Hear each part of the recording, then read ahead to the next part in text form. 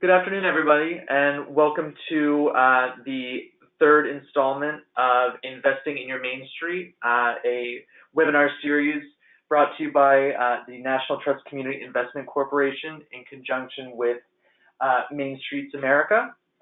We will begin in just about a minute. If at any point you're having trouble with the audio, we have a phone number you can dial in on. I've added that to our chat bubble. And at any point during the webinar, if you have any questions or comments, feel free to utilize the chat system or the question area as well.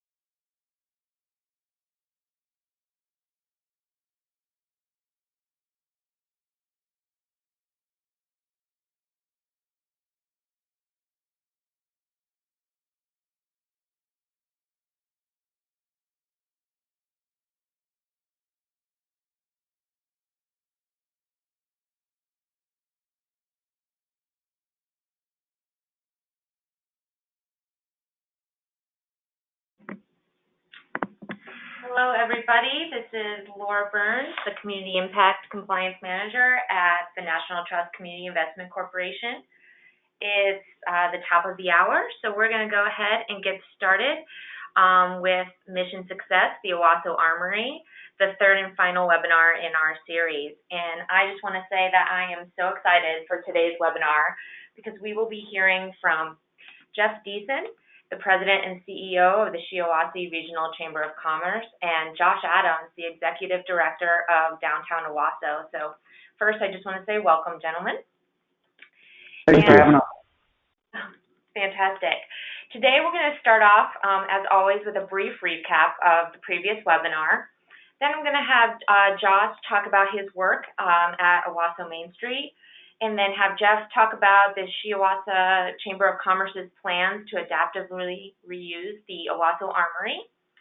I'll briefly talk about the Irvin Henderson Main Street Revitalization Fund again, and how it can help projects like the Owosso Armory. And then Jeff will get into the nitty-gritty of the closing process.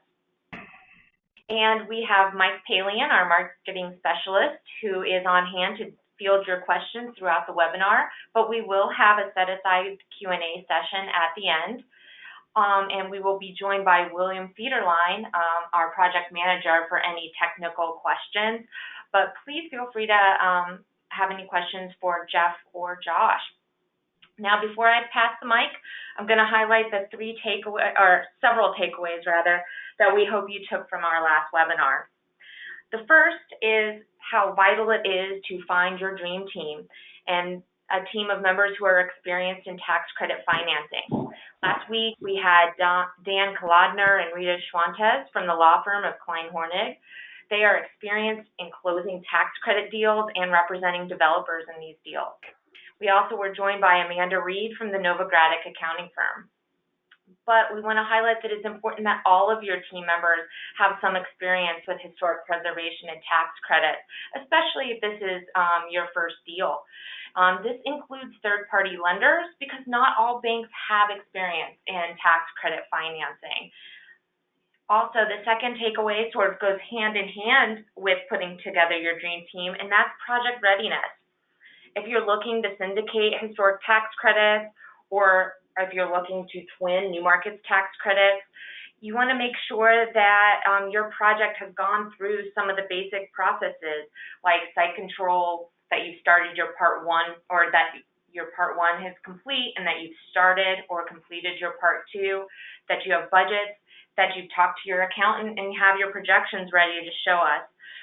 So we know that you're ready to start that closing process, because that alone can take a few months. Third, think big.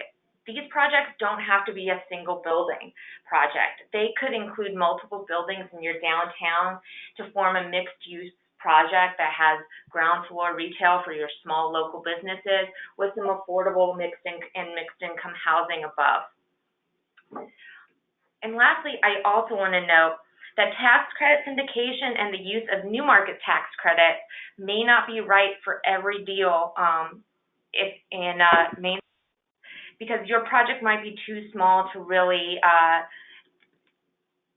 use the QREs might be too small really to use it be a syndication project. The Irvin Henderson Main Street Revitalization Fund deals need to be between $4 and $8 million in QREs, so this can be a fairly large project for a Main Street. But I do want to point out that most of the HTCs can still be used for projects that have less than $1 million in QREs. In fact, almost half of all the completed Part 3 projects were under $1 million in QREs, and 18% were under $250,000. So the historic tax credit can be utilized for these much smaller deals that are more Main Street sized. For these deals, many local banks and real estate professionals can use the historic tax credits on the local level. So it's best for building owners and developers to work with their accountants to structure these transactions and determine the eligible entities that could take these historic tax credits.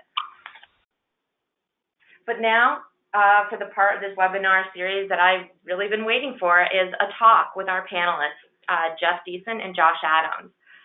So I'll let these gentlemen tell you more about themselves and their work, starting with Josh, who is the Executive Director of Downtown Owosso. So thank you for joining us, Josh. Thank you. Good to be here. Fantastic. So give us a little bit of background on Downtown Owosso and your work as the Executive Director. Sure. Owosso Main Street was established in the downtown area in 2009. As the slide shows, we have a population of hovers around 15,000 people. And in 2014, we became a master level Main Street program. We're currently looking into our transformation strategy process. The state of Michigan has been a leader working along with the National Main Street Center of developing and understanding transformation strategies. And we're happy to be a part of that conversation and build out our current strategies as far as a day trip destination location and increasing upper floor residential development. But really, I think the most important thing I wanted to speak to in context of this program and kind of the Owosso story that led us up to the development of the project is something that I don't think is often talked about in these types of webinars, and that's the relational component. When I came on in 2013 to the program, and I believe Jeff with the Chamber of Commerce came on around the same time, we saw a community that was really isolating in the context of organizations. So whether it be Main Street, whether it be the Chamber, whether it be the city, or whatever it was, when we saw development in our community, it was quite isolated. It was quite siloed up. I know that term is overused often nowadays, but it's true. When Jeff and I joined in on our projects, me, Main Street, him, the Chamber, we really made an effort to open that line of communication, and there were other people that came in along that time frame, 2013, 2014. And I believe this is important for the context that this the Main Street's portion of kind of making the connection to this program for the Armory was simply communication.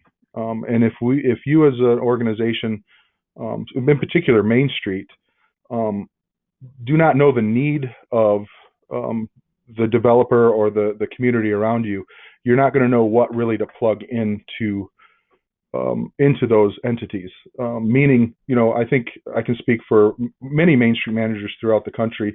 We're getting flooded with different types of funding, types of programs, types of grants, whatever it may be, our emails get flooded with those things from time to time with potential opportunities. But if you don't necessarily know the need of the community or the need of the entity, you're not going to know what to give them. And that's really our part to play. And with this particular project in Owosso, leading up to finding out about the project, Jeff and I would have regular lunches, monthly, bi-monthly, and he was able to share with me the needs of this project. We were talking about this project for years before it really got off the ground. In that transparency, being able to have lunch and being able to share what's really going on, that is a foundation I think that you build, and it takes time. And that's really the part we had to play in this whole program, was the fact that our Michigan Main Street Center, Michigan's really blessed to have a state oversight group in the Michigan Main Street Center. And it was a simple email from our at the time economic restructuring specialist. It was an email showing and explaining at the time the Main Street Small Deal Fund program, and I read it, and it sounded exactly like what Jeff in the chamber were looking for. So, while it was just a simple forwarding of the email, I think it was the background that we had with each other and understanding that what the development needed. So where that email came, it sparked something in my head, and I was able to shoot it on. And really, that is the bulk of Main Street's effort, other than really just helping championing and promote the project overall as it got on. The initial conversations and the initial spark was just that. It was nothing but an email. But if we don't understand the need of the developer prior, or the need of the stakeholder prior, we're not going to know what to give them. And that's really the story for me, thinking back on this project. It would have been very easy for Jeff and his team to be very siloed up and just not share the struggle that they were having to meet the financial gap, and just try to find it internally. But his team was very transparent, was always willing to share, and it was able to make us connect the dots faster. And that's really the role that we had as Main Street in this project in particular. Oh, and I think that's a fantastic role. It's all about networking and connecting, and that's sort of the goal of this webinar series, as well as really connecting the National Main Street Center and NCCIC and sort of showing that tool. We're going to let Jeff talk a little bit more about, you mentioned several years. I believe you said this started in 2013, but really this project didn't close until 2017. So there was quite a bit leading up to it. And Jeff, I'll let you go ahead and take it away. Okay, thank you.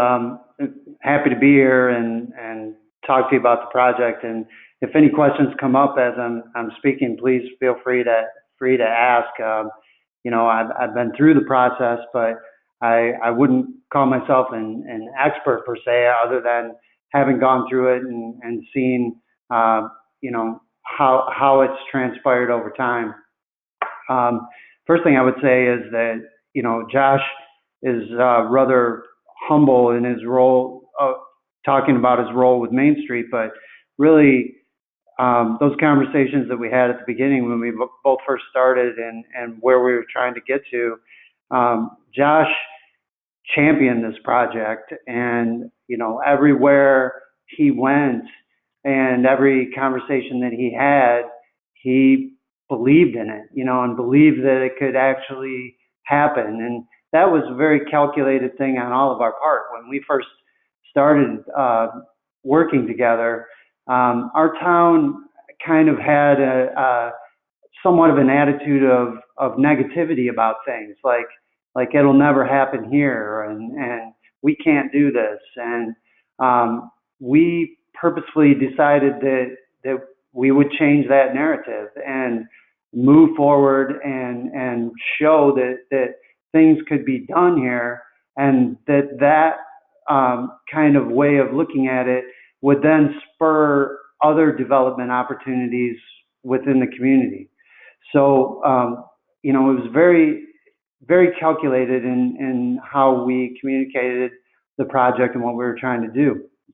The Armory was vacated in 2007 by the military, but actually it had fallen into disuse long before then because it's an obsolete building for what the military needed it for. So they had a couple offices here, but the majority of the building was empty, and it had been abandoned. And then when I came into my role in 2013, one of the goals of the Chamber of Commerce was to bring something to the community that we could hold our hats on, and something that we could say was a part of the community. And we sat in a building that was right in front of the Armory. It was built in the 1960s, and it kind of looked like a double-wide trailer, and it was right in front of the building, blocking the view of what we thought was a really cool old building. So we had decided as a group that we were going to figure out how to develop it. And then from there, knowing that I had the support of my board, we went to, we found a developer who had done another Armory project in the state and kind of had some experience with working with tax credit financing and how to restore historic buildings, and who we needed to talk to. So once we were able to find that developer, we had kind of a very long, drawn-out series of meetings and brainstormings and trying to figure out, what the project would look like, who we needed to get on board, and how we were going to go about financing it. And then, when we had that plan, we were able to make those connections and act. And we stumbled several times as we were going through this because, we would get, I'll give you one example. We had initially been working with a credit union in our area who was interested in doing commercial development projects. And that was a new thing for them because credit unions had traditionally not done that. And so we went through this whole process, and right at the end, it fell through for them because of some internal things that they had going on. So it was almost 2 years of working with them and getting this thing ready, only to have it not happen. And we had to go back to the drawing board and find another lender. So the whole thing was just a process of getting people to say yes for us, getting past the no's and answering the questions, and then moving on to the next question and the next question, and getting everything in place so that you could finally get to the point where all of the various lending institutions, as well as the NCCIC, would say yes to our project. And we had gone through this whole process, and we had a funding gap.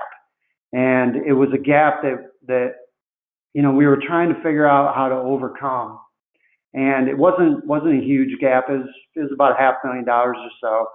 And we were trying to figure it out. And then in those conversations with Josh, as he said, he received the email regarding the small deal fund. And I thought, wow, maybe this is the opportunity that we're looking for, because the criteria that was in the email matched almost exactly with what our project was. It was like it was made for us. And so we jumped on it and went forward with it, and we turned out to be the first project in the country to complete their new small deal fund at the time. I'm not sure if it's called the same thing anymore, but we were the first one in the country to go through it. So there were some stresses with that as well, because anytime you're trying to innovate or do something new, there's a cost to innovation in both time and money. So all of this process finally got us to where we're at now. And, you know, I'm so pleased with the outcome. We're finally in our new building. The building we were in has been removed. You can see the Armory all from all down the street, and it's beautiful. And it's really, I think Josh could speak to how much other redevelopment effort was kind of spawned by this project moving forward. Well, that's great. I definitely would like to hear more about that, but I'm just curious, Jeff, had you heard about the New Markets tax credit before you got the small deal email from Josh? I had heard of the New Market tax credit, but I thought, for some reason in my mind, I thought it was for, you know, bigger projects, bigger deals. And I wasn't really educated on how the process worked. So the combining of the New Market tax credit with the federal historic tax credit, and then the size of the project that you were looking for, was what really attracted me. And you're right. New Market tax credit projects and twin projects that are syndicated are normally larger, and this is a product that NCCIC did create with Main Streets in mind. And I just want to highlight that you were sort of the guinea pig for our revitalization fund. We have renamed it to the Irvin Henderson Main Street Revitalization Fund, but it has the same parameters. And we just really appreciate your patience with us and helping us learn how we can better craft this product to meet local needs. I mean, that was really important to us, because I want to mention, I guess, as I'm rolling into that, NCCIC does this as part of their mission. We do not take a fee personally from these projects. This is based on our mission to help revitalize historic buildings in low-income, severely distressed census tracts. So that's really something I want to highlight, and is part of the Irvin Henderson Main Street Revitalization Fund. Just to go over quickly some of the parameters of that fund that Jeff was alluding to, that he fit into. We've talked about how New Market tax credits are very location-based, and market tax credit eligible census tracts have certain parameters, but to be severely distressed, you have poverty rates need to be greater than 30%, or a median income need to be less than 60%, or the unemployment rate is greater than or equal to 12.45%, which is approximately 1.5 times greater than the national average. And so that is sort of the first thing to qualify for NCCIC's fund that we look at, is the location.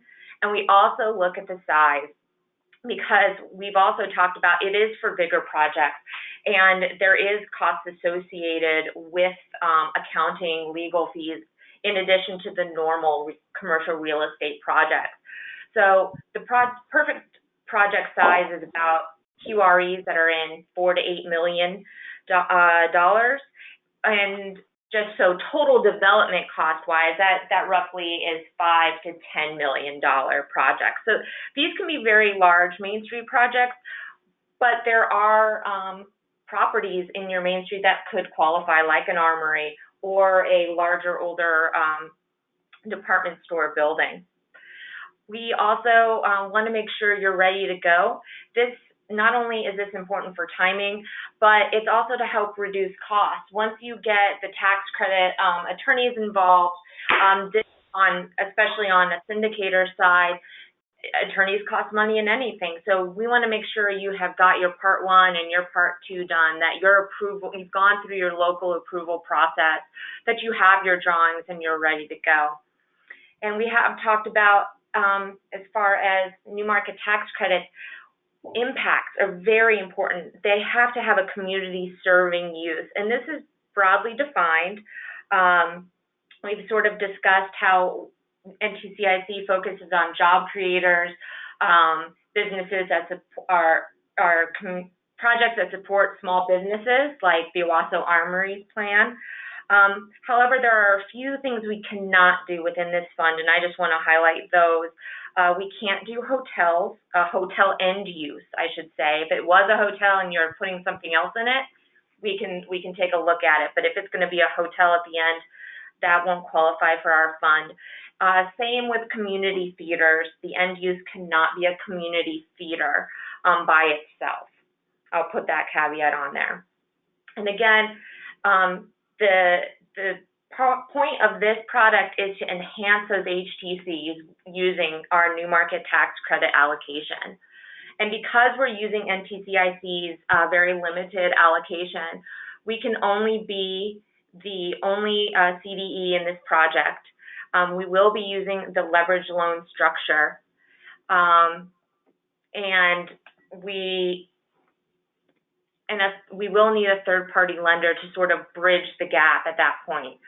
And I just want to make a point about the community impacts, that this is just the restrictions on the hotel and the community theaters are only for this fund. The larger new market tax credit projects do allow those end uses. So if you have a much larger project in your community, those restrictions don't apply. It's only to this fund. So I want to start talking with Jeff a little bit more about the closing process of Owosso Armory and everything, all the partners that were part of that. So Jeff, can you sort of lead into once you got approved by NCCIC and we started talking, how that closing process went? Yes, well, once we were approved through NCCIC, we still needed to go out and get a bridge lender for those to monetize those tax credits. So we actively pursued a lending institution that was familiar with tax credit financing in order to help us with that. So we essentially had our end loan from one lender, bridge loan from another lender. We have the CDE, we have two different CDE loans, and then we have a brownfield plan, and we also had a grant from the state of Michigan strategic fund because our building was outdated and fell in misuse. So we were able to piece all those together, and then we had to start having closing calls to ensure that all of the various entities had the paperwork and projections that they needed moving forward. So we got Plant Moran involved, which is an accounting firm that has a very good team in place to deal with projections that involve tax credit financing. So we had all these players in place, all of the lenders and all of their legal teams were on these conference calls. And so there'd be 25 people on a conference call. And you can imagine those are high dollar conference calls. And so it was very important to me to make sure that we were doing everything that we could to make sure we had our stuff in place and we weren't the holdup on the project. And you can see by this slide that shows the closing process and how it all works, that it's not an uncomplicated thing. And you really need some expertise behind you to be able to make this work. I was joking earlier that, I've been looking at this slide for years now, and I'm just now starting to really kind of understand how the whole thing works. And fortunately, I had experts who did, but it's not uncomplicated. And you just need to kind of know that going in. Yeah, that's for sure. We wanted to highlight that's the partnership and getting that dream team in place. So we wanted to just highlight that this structure, it can get complicated, especially when you are able to have grants used with it and all the different other sources. So thank you for highlighting that. So I'm going to just show some pictures of sort of the process as you went through construction and maybe through the grand opening. That, Jeff, I believe was in 2018, was the grand opening? That's correct. We opened in June of 2018. And if I could say, one of the biggest issues that we ran into in the building was the slide that you're showing now on the left side, those steel beams. When we actually got into the building, we found out that the materials that were used to construct it were not what were called for in the plans and did not meet construction specifications for the loads that we needed to bear. And actually the building almost collapsed at one point. So we had to put all that structural steel in place in order to support the building at a tremendous extra cost to the project. So one thing I would, and I fought against it when we were going through the closing costs, was that I was told that we needed to have a larger contingency fund than what was initially projected. And I fought against it, and I'm so glad that the issue was forced and we had to have that extra contingency fund, or this would have, killed us on the project. So you don't always know what's in these buildings until you really get into it. So you want to make sure you have enough money to be able to take on anything that may come up. And that's very true with these historic rehabilitations. You don't know, and that's why we do have those contingencies in place. And I don't know if we highlighted enough, Jeff, that the sponsor of Owosso Armory was the Shiawassee Chamber of Commerce, Shiawassee County. And so was this the first time you guys had sort of been involved, I assume, with a commercial real estate project? So this was also a learning process for you, am I correct? That's correct. I mean, we're a chamber of commerce in Shiawassee County, and it's we're not developers, and we took this on as a community project, and because we wanted space for all the economic development entities in the county to be in one spot, and so this was all brand new to us. Fantastic. And can you tell us a little bit more about what's been going on at Owosso Armory, the tenants and all the business incubation that's going on there? Yeah, really what we were trying to do is to create a space that served multiple needs. Number one, we wanted all of the economic development and business entities within the county to be able to be housed here. So we have the Shiawassee Regional Chamber of Commerce, the Economic Development Partnership, the Small Business Development Center, and the Convention and Visitors Bureau housed in the building, as well as we tried to have a mix of other businesses that could support new business growth. So, for example, we have a real estate company here. We have a marketing firm here. We have somebody who does web development work here. We have a title company in here. And then on top of that, we have community space that can be utilized by the community for meetings. We can host up to about 70 people in our largest meeting room. And then we have several boardrooms throughout the building as well. So the building has really become kind of a community centerpiece for meetings, and all types of different nonprofits meet here as well. We have a foundation, a family foundation here in town that supports all of the nonprofits through capacity building activities, and they do all of their meetings and have their executive directors come here to coordinate and kind of open the lines of communication that Josh was speaking to earlier. Great. And I want to sort of just circle back. You mentioned that Josh was a real champion earlier, and we sort of wanted to kind of go back to that point, Josh. Can you talk a little bit more about Main Street and championing and the catalytic development that has happened since the Owosso Armory has opened, or what you've seen in the community?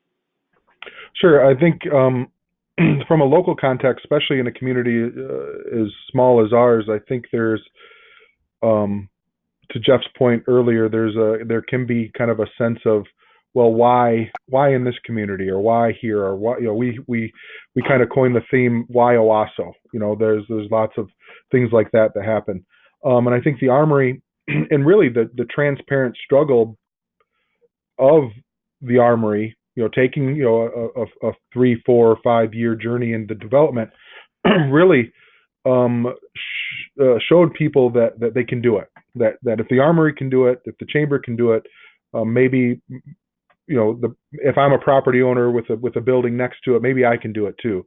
And it really just sparked the conversation amongst property owners, amongst different developers in our community, to really have that belief that they can. And then also being able to have the wealth of knowledge that is in the Chamber now, as a result of having to be that first leader in this type of development, that now not only do they have the place to bring those developers and those people in to either start a business or do a development, they also now have that experience, which is amazing, and it's all in the Armory itself. So we've seen since then, and a little bit prior to the development of the Armory, over the last couple of years, we've seen 2 years in particular, we've seen $15 million of private and public investment into our downtown. To give that a little bit of a reference, in 2013 we had $110,000 of private investment. So 2017, 2018, all of a sudden we have this ejection of $15 million. We have around another $8 million proposed in the next couple of years in future developments as well. So it was really this building, along with 2 others that came online just prior to the Armory, have given us this injection of knowledge, experience, and belief that we can do it, and we're starting to see that happen. And that's the cool story of all of this. That truly is. That's exactly sort of why we're doing this webinar series too, is to show our knowledge and for people to think of NCCIC as a partner in conjunction with the Main Street Center. Because NCCIC does provide assistance and guidance to help you navigate through historic preservation efforts. And we can help you get to see if your Main Street preservation project fits within that new market tax credit allocation and is a good fit for the Main Street Revitalization Fund. We also have other partners, so we can at least talk with you and give you some of that knowledge as well. And it sounds like just through your process, Jeff and Josh, that you've been able to also help others in your community.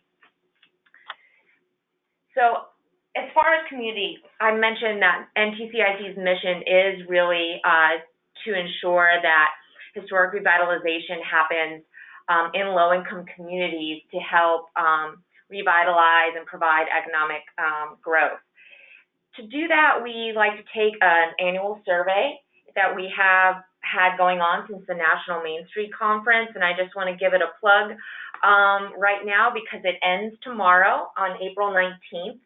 And if you just answer 10 questions about the needs of your community, you have a chance to win a $50 gift card, and you help NCCIC really hone in on the types of needs that are the needs of communities in Main Street. So with that, I want to open it up for questions. So, Mike, do we have any questions that have come in? Sure. So the first question we received is, does my project need to be located on a main street? The answer to that is Not necessarily. What we're looking for, it doesn't have to be part of the Main Street program, but it should be in a commercial district in your town, because the goal is, again, to provide, of new markets, is to provide economic development in a commercial district. So it does not need to have like an Owosso Main Street, but it should be commercial corridor. Okay. Have we had anything else come in? Yeah, so this next question is for, okay. One question we just received is, has the Owosso community, especially downtown business owners, how have they responded to the Armory project? Well, I can speak a little to that. They love it, frankly.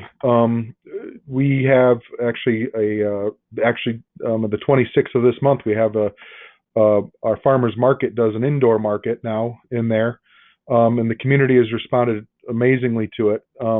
Really, it's interesting because Jeff alluded to it a little bit. There was this kind of 1960s style ranch office space put right in the front of the Armory. So when you saw that photo of all of us gathered at the steps, right in between that photographer and those steps was this kind of ranch style 60s building that people hated from the very second it was put up.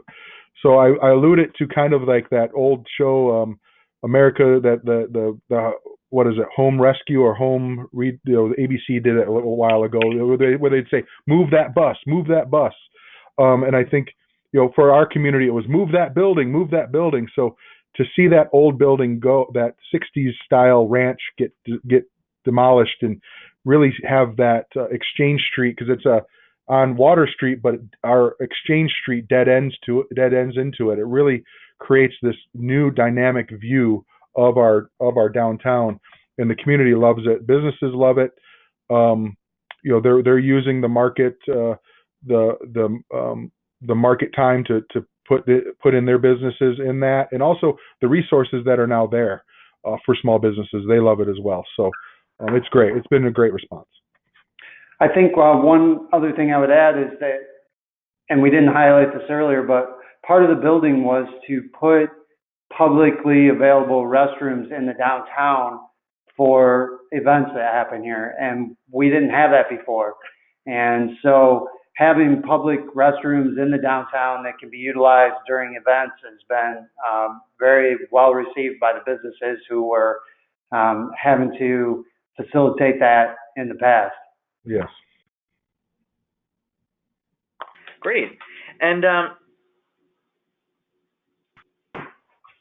Jeff, so did the developer you work with, did they have prior tax credit experience or work with preservation in the past? How, talk a little bit about the relationship you had with them.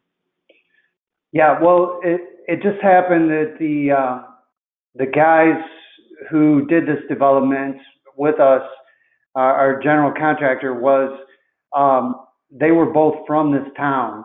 They grew up here. They saw this building every day, and they went off and started their business. And they primarily work with historic and old buildings to bring them back to life. So they kind of had a personal stake in making this project happen in their hometown, and they had experience. They did another armory, and that was one of the ways that we found them, was through this other development that we had seen. And I took my board to the other armory and said, look, this may be an option for us to do. We should have a look at what was done here. So we went and looked at it, and began the dialogue with the general contractor from there. Great. Did the businesses that now inhabit the building commit to rent space prior to the project, or did that take some time? No, the lending institutions, for us to get the end loan, required us to have a certain amount of leases in place before the project would start. So we lost a couple of those early commitments along the way because the project took longer than we thought it would. But we had some really big players commit to being a part of the project, and we had to get to a certain level of occupancy before the lending institutions and frankly NCCIC would proceed. And that is generally true. We do want to make sure that there will be tenants and at least started on those projects. So, do we have any more questions, Mike, from the audience? Yes, this might be a great one to end on. What's some positive, unexpected outcomes that have come from this project? Well, we had thought that we would get community use out of the building, and we really wanted to highlight it as a community-based project, as well as having the tenants here. But since we opened in June, and I didn't really realize this until I was putting together information for Laura's community impact report that I have to do, we've had 373 community meetings here since we opened in June. And to me, that is huge. It obviously shows that there was a need for the space here, and I thought that was kind of surprising. That is very surprising. It's wonderful to hear all of that. I think, do we have any more questions that have just come in, Mike? Yeah. So we'll do. So, did you need a tax credit bridge loan for the financing piece, and can you talk a little bit more about that? How the bridge finance side worked? We did need a bridge loan, and basically how it works is, and I would recommend this to everybody when you're trying to find lenders. We actually did a lending forum where we brought multiple banks in and pitched it to all of them at the same time. And we do this through our Small Business Development Center as well. And that when you pitch to multiple lending institutions at once, first of all, you only have to pitch it once, but it also kind of develops a little bit of, it's like an auction type of feeling where people get interested in the project. So we looked for a bridge lender through that, and then on the historic tax credits and then new market tax credits, when they monetize those tax credits, you only get a certain amount of pennies on, not pennies, but it was a certain percentage per dollar that you get, and they make money and profit on the rest of those funds. So like say you get 88 or 92 cents or whatever it is that you negotiate with them on the dollar, that's what you get in your bridge loan, and to help the project go through. And then the bridge loan gets paid back when the tax credits are actually extended from the CDE. So we're actually going through the process of finalizing that right now. The CDE will give us those tax credits come in percentages. So you get a certain percentage when you start, then you get another percentage when you're, say, 80% through, and then another percentage at 100% completion when your part 3 is completed. And so we're in the process of finishing that off so that we can pay off the bridge loan moving forward. Thank you, Jeff. You did a great job explaining that. Because we have William in here to answer any of financial questions, and he's like, he's doing great. So. Yeah, Jeff, excellent job. That was a very thorough summary of how the bridge loan process works. Well, I had good teachers. Fantastic. Well, I want to just highlight our Director of Public Policy because as this project has shown, tax credits, historic tax credits, new market tax credits are extremely important, as are state tax credits. We mentioned in our first webinar that 35 states have a historic tax credit, so that's not 50. So Mike Phillips, would you like to talk a little bit more about Advocacy Effort? Sure, thanks, and great webinar. NCCIC is active in advocacy of federal community development incentives, and we'd love your help in advocating for these incentives. Although the HTC was saved in tax reform, the credit is now taken over 5 years, and that has impacted the pricing of HTCs. We anticipate legislation this spring that will increase the value of HTCs and encourage even more investment in smaller projects. And so when this legislation is introduced, we hope you will ask your members of Congress to co-sponsor the legislation. And also the new markets tax credit is set to expire in 2019. It's what's called an extenders tax provision. And there is a bill introduced that would make the new market tax credit permanent in the code. And so we also hope you will ask your members of Congress to co-sponsor this legislation as well. And lastly, there are efforts in states to enhance and create state-level HTCs and state-level new market tax credits. And so we encourage you to get involved with those efforts. And if you would like to stay updated on advocacy efforts or have assistance in contacting your members of Congress, please email me at mphillips@ntcic.com. Thanks. Great, thank you, Mike. And I just want to check in with Mike Paling, make sure we're not leaving any questions on the table. But also I want to thank our Main Street America because they have really been a great partner in this webinar series, and we really want to just say thank you to them. And if you want to learn more about the National Main Street Center, if you are not on a Main Street, please visit their website at mainstreet.org. And for NCCIC, if you want more information or want to submit your project, please go to ntcic.com. But most of all, I want to say thank you so much to Jeff and Josh for joining us today and for really just, I love seeing the end of a project and how it's worked out. And I think you guys have done a great job of just telling us the story of how the Owosso Armory came to be an adaptive reuse building in your downtown and all the positive things that have happened. So thank you very much for joining us. Thank you. Yes. Fantastic. And I want to thank our audience. Thank you.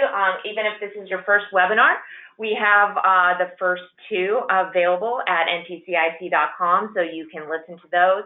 This webinar will also be recorded by Monday. Everything will be online. You can download it. You can download PDFs of the PowerPoint presentations.